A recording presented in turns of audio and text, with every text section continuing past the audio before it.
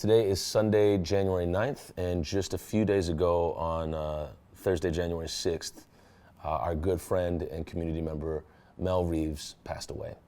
And I wanted to say a few things in regards of Mel and what I learned from him. Mel was a 65-year-old black man who had fought for civil rights, racial equity, social justice, racial justice. I mean, he was out in the streets all the time, every time. And there are three quotes from Mel that I love, and I really learned a lot from him when he said it. And to give you some context about Mel, he was a journalist as well. He wrote in the most brilliant, constructed way to get you engaged, but more so to get you informed. He pulled no punches in speaking on the BCA, pulled no punches in speaking about the MPD, pulled no punches in speaking about St. Paul Police Department. He told it like it was. I mean, he really told it like it was. And it was such a beautiful thing to not only hear him speak at events, but to read his writing. And it just gave you insight to him, who he was, but also it translated to,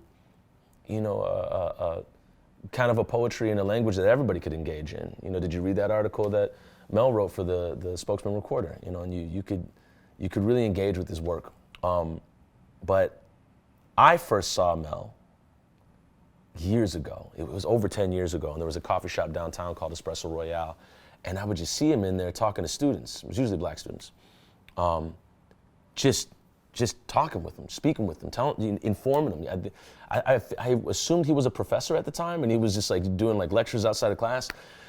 But he was just in there like just educating folks, and he was just going after it. And I was like, who is this brother that is just throwing facts out, giving history lessons and teaching folks? And that was a long time ago. And then I started to see him more after George Floyd was murdered May 25th, 2020.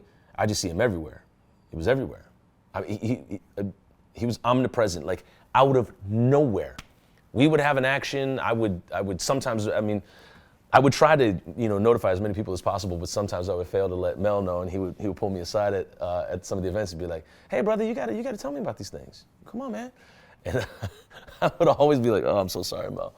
And so he pulled up to a rally after several Asian women were killed in Georgia, and it was a Stop Asian American Pacific Islander Hate rally, and it was in Uptown. And he pulled up out of nowhere and he said, "Hey, can I you give me the mic for like 5 minutes?" I was like, "Yeah, sure."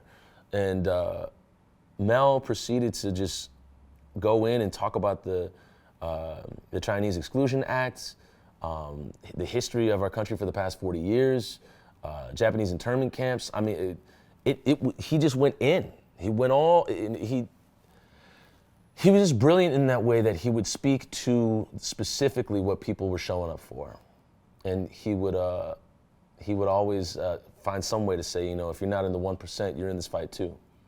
And he would find a way he would just get everybody into it.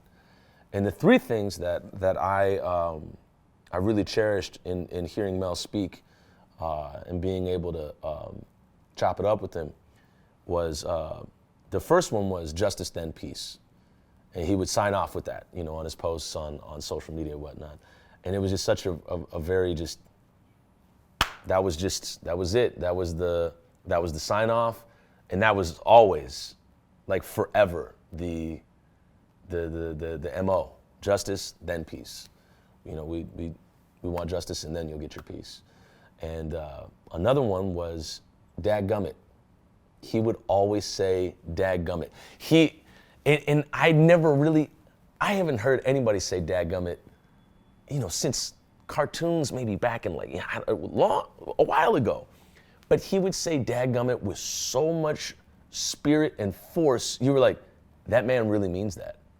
And it would just punctuate whatever he was saying.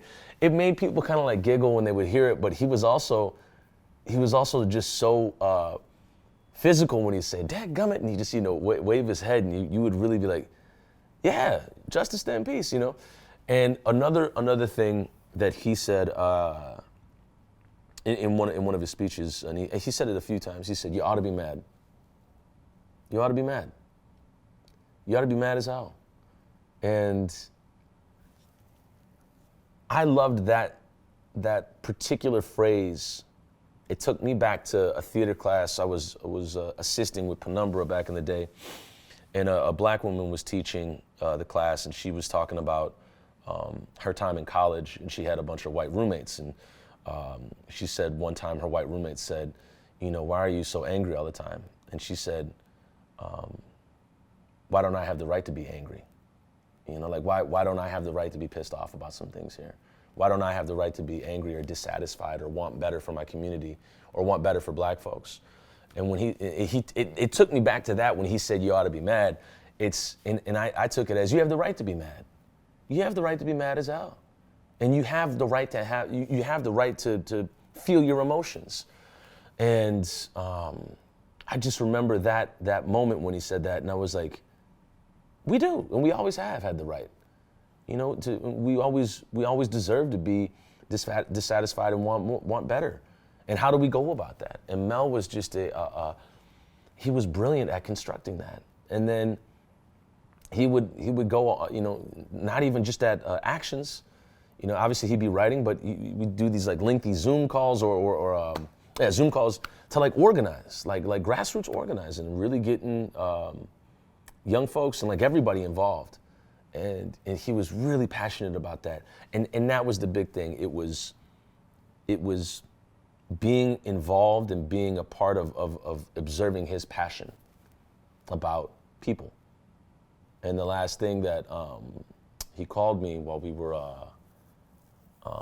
gearing up for a protest or a rally outside of the government, the Hennepin County Government Center.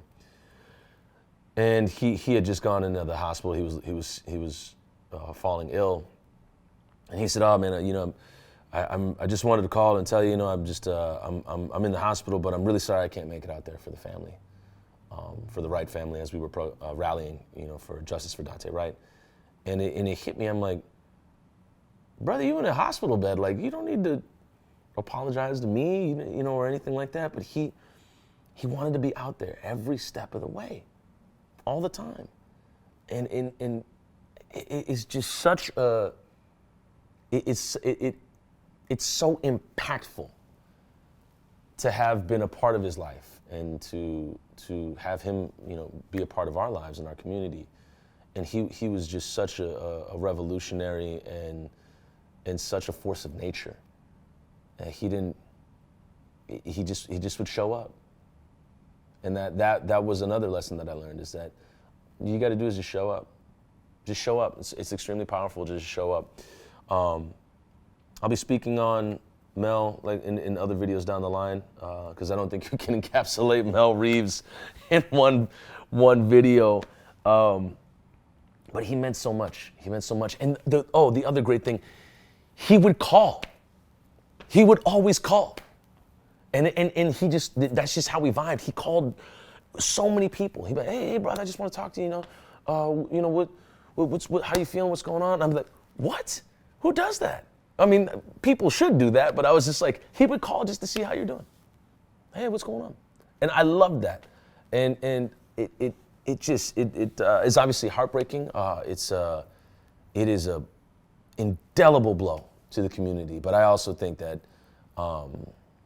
looking at it as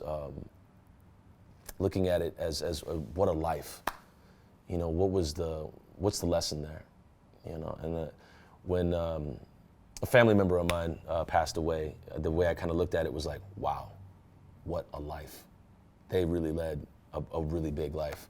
And I felt the same thing when I heard about Mel's passing. I was like, wow, what a life. What a life. Rest in power, Mel. We'll be speaking and quoting you down the line and compiling videos of your speeches and work, and we miss you, brother. We truly do.